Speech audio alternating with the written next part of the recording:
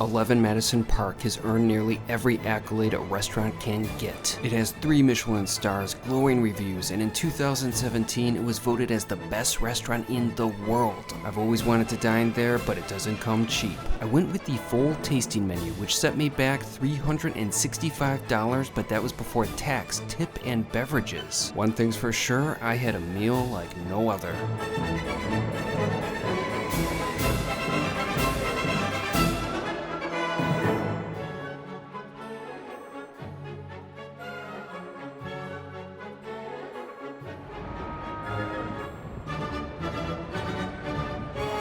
It's a beautiful day today here in New York City. Right now I'm at Madison Square Park and I can't be more excited because today, for lunch, I'll be going to a bucket list restaurant of mine. In just under an hour, I'll be going to the iconic 3 Michelin starred and best restaurant in the world winner for 2017, 11 Madison Park. Right now there's a massive line of people in front of the restaurant. They're waiting for the restaurant's Bake It Nice series, in which the restaurant offers croissants. I lined up last year and got 3 amazing and beautiful pastries, but today I'm not lining up at all. I'm going straight into the restaurant and I'm going all the way. I'm getting the full-on tasting menu. Now, like I said, I've always wanted to go to this restaurant. When they won the Best Restaurant in the World award in 2017, it kind of gave me a sense of national pride, because for once, the best restaurant in the world wasn't Noma or Osteria Francescana. It was here in the US, and it made me so proud.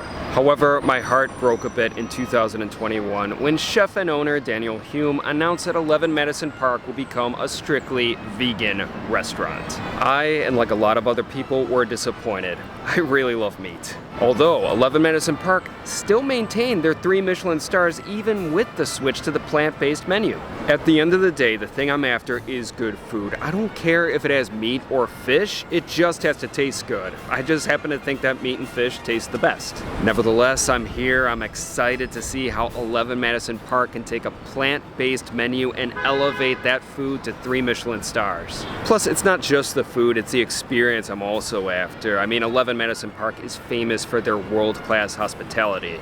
And the restaurant's dining room is probably one of the most spectacular in all of New York City. So with that being said, I got about a half hour more of waiting, and then it will be time for me to make one of my culinary dreams come true at 11 Madison Park. 11 Madison Park is located in the Flatiron district of New York City. It's housed in the iconic Metropolitan Life North building, which was originally intended to soar to 100 stories, but with the arrival of the Great Depression, plans changed. As a restaurant, 11 Madison Park went through a number of iterations. Restaurateur Danny Meyer of Union Square Hospitality Group opened the establishment in 1998. In fact, the whole process of what it took to open EMP is depicted in the 2010 documentary, The Restaurateur. At first, the business began life as a popular brasserie, serving steak frites and the like, but Danny Meyer knew the space could be so much more. He enlisted rising chef Daniel Humm and tapped Will Guidara as the restaurant's general manager. Together, the pair transformed DNP into a world-class establishment. In 2011, Danny Meyer sold the restaurant to Humm and Guidara, who continued to push 11 Madison Park even further. Will writes about all of this in his excellent book, Unreasonable Hospitality, which I highly recommend. Despite maintaining 3 Michelin stars and being named as the best restaurant in the world, Chef Daniel Humm risked it all when he announced in 2021 that EMP would become a strictly plant-based establishment. It wasn't a smooth transition by any means. The first reviews weren't kind, and there were a number of controversies. However, 11 Madison Park still maintained their 3 Michelin stars, and their menu seems to have found its footing. There was no question about it, I was excited.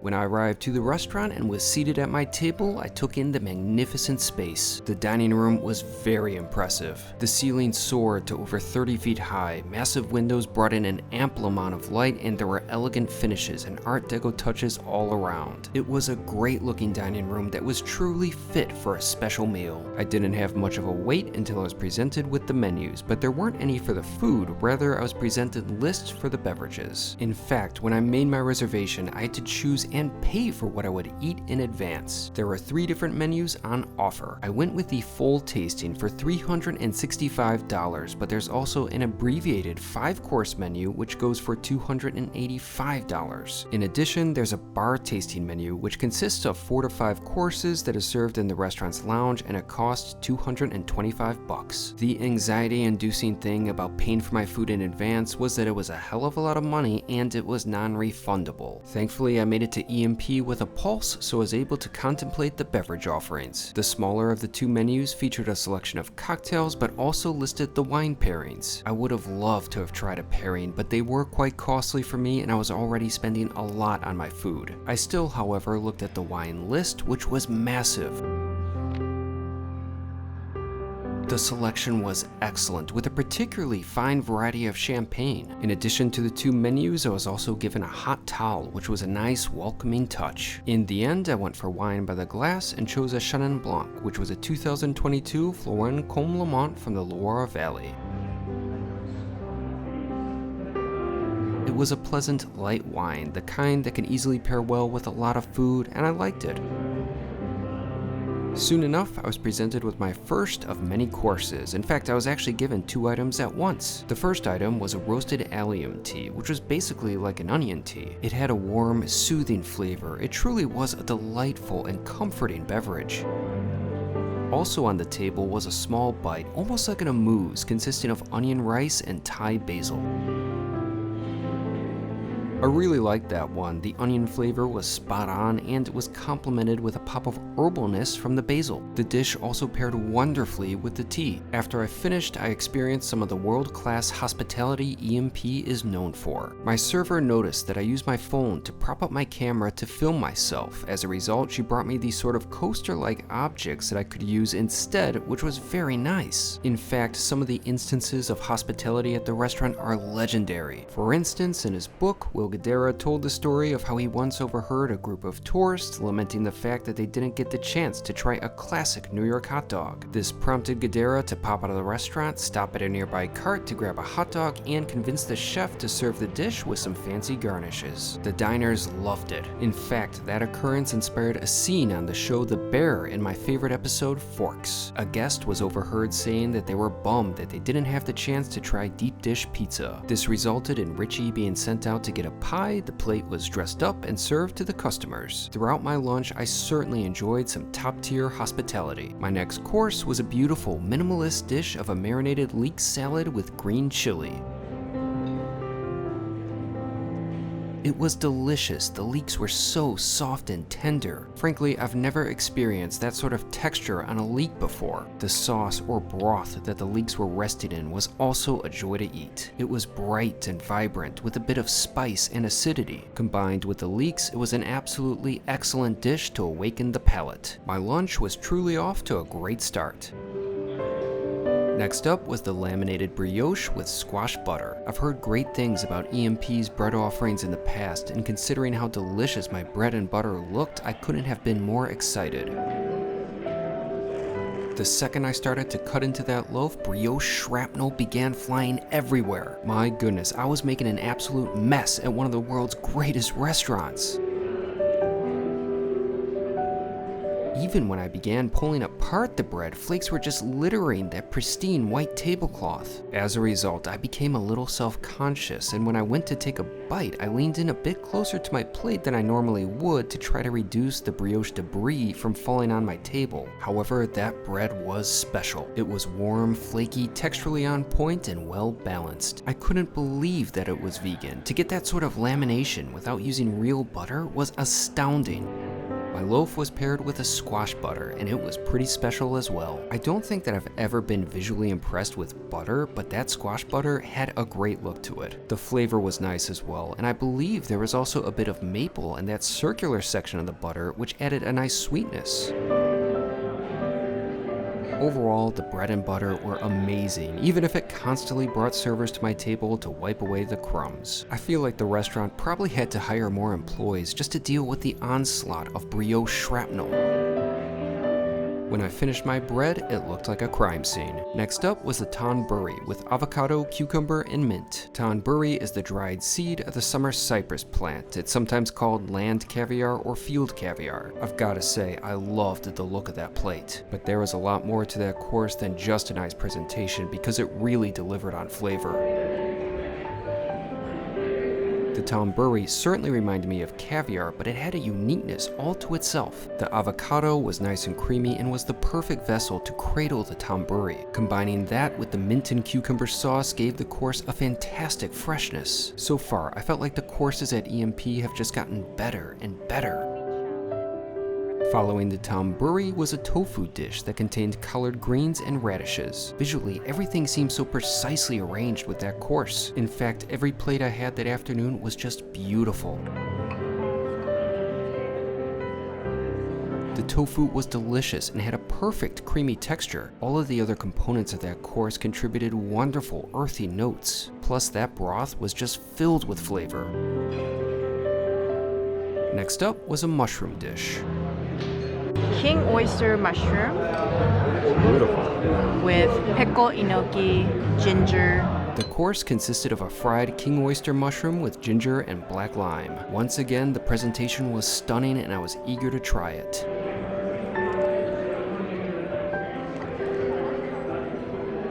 The mushroom had such a satisfying crisp to it and a rich umami flavor. 11 Madison Park is hyper-focused on seasonality, and as a result, I enjoyed their fall menu for that lunch. This meant that I was served dishes containing components like squash and onions with earthy flavor profiles and the like. I definitely thought that my meal so far really showcased the season well. Next up was a bok choy dish that was partly prepared tableside. This next to your course, we're steaming it here with lemon peel and thyme infused water.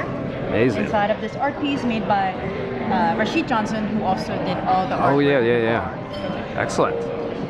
I really enjoyed the tableside presentation as it added a sense of theatricality to my lunch, but my eyes were partly glued to the beautiful Piedmont truffles which would adorn my dish. The seaweed pasta. Nice. I'm brushing over the bok choy here with white truffle oil. Beautiful.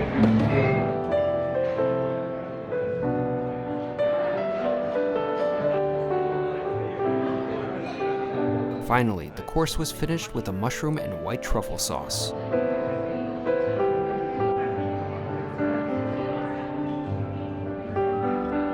My first bite was heavenly. The bok choy was perfectly cooked, but it was that rich, umami-laden sauce that took the dish to another level. I loved it. From that point, the bok choy became my new favorite dish of the day. But that was about to change, as my final savory course would prove to be not only my favorite dish of the lunch, but one of the best things I ate all year. It was a red curry squash with Thai chili and lemongrass.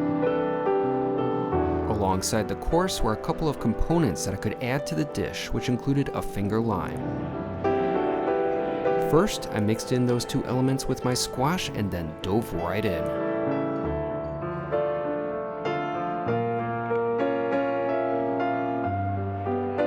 To put it plainly, that dish was a masterpiece. It had it all. It seemed like every flavor profile was alive in that bowl at once. It was both sweet and savory, acidic and rich, and maintained a bit of spice all at the same time. The squash was perfectly cooked and texturally on point. I really loved the pop of acidity from the finger lime and the textural sensation it added to the dish. In fact, finger limes are also called caviar limes, and I definitely saw why. Simply put, that course transported me to heaven. Before dessert, I was in for quite a surprise as I was invited to 11 Madison Park's kitchen and I got to meet Dominic Roy, the chef de cuisine of the restaurant. I really appreciated the experience as I have such respect for chefs and the hard work they put into their craft, especially those working at such high-level restaurants like EMP. The best part of my kitchen visit, however, was a special palate cleanser that was prepared right in front of me. It's just maple here, so this is Excellent. fresh maple Beautiful. that we are rolling on top of snow. Wow. Actually, so, it is snow, Interesting. but our snow is a little bit different. Yeah. Basically, it was maple syrup dipped in a special snow fashioned out of apples. It was refreshing, delicious, and fun. Once I was back at my table, it was time for the rest of the desserts. To start things off, I was presented with 2 dishes at once. One plate featured a sort of mochi-like taco that was filled with a cool sorbet with ginger and vanilla. I loved it. The mochi was the perfect texture and the flavors were on point. It was a wonderful treat that also paired very nicely with the grapes on the second plate. I believe my server said that the fruit came from New Jersey of all places. There were a few different varieties and they were excellent, although I could have easily been seduced by the nice plating. Nevertheless, both of those courses were a joy to eat. Finally, I was given my last bite, a sort of signature of the restaurant, a sesame chocolate pretzel. I thought that it was fun and delicious. It was sort of like a Reese's peanut butter cup. In addition, I was poured a bit of a pleasant vermouth, which was a true joy to drink.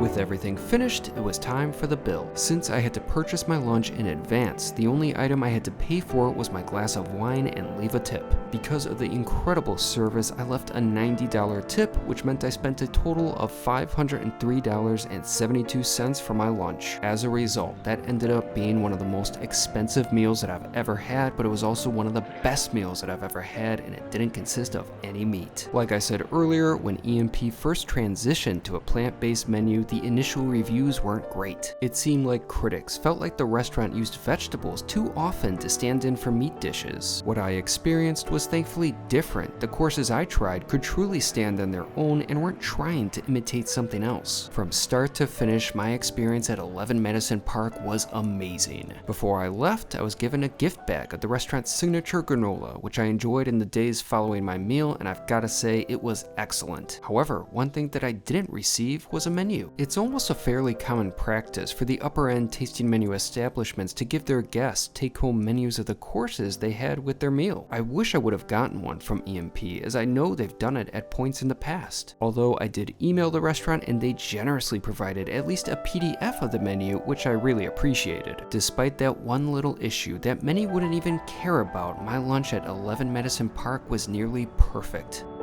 That was absolutely phenomenal. That was one of the best meals I've had this entire year. And it didn't even have any meat in it, nor any animal products for that matter, including the gloriousness of cheese. I really enjoyed every single course, but I think the tasting menu got better as it went along. I mean, that squash dish was absolutely amazing. It just blew me away. That was also probably some of the best service and hospitality that I ever got to experience in any restaurant. I mean, it was practically perfect. My server was excellent, but really I got to interact with a lot of people in that restaurant and everyone was so nice and accommodating. I mean, it was just flawless service. Plus the whole vibe that the staff sort of fostered really created a very approachable and relaxing atmosphere that I really appreciated. Some of these super fancy and expensive restaurants, you just feel kind of awkward and it kind of feels a little uptight / pretentious, but there was none of that at 11 Madison Park. Not to mention, that dining room is absolutely stunning, and I've seen so many pictures of it, and none of them do it justice. Being there is such a completely different feel. It is so incredible. At the end of the day, with the food, the service, the atmosphere, 11 Madison Park is truly a special place. So considering I spent around $500 for my lunch, was it worth it? To me, absolutely. I live for these sorts of experiences, and today I just got one of the best culinary experiences of my life.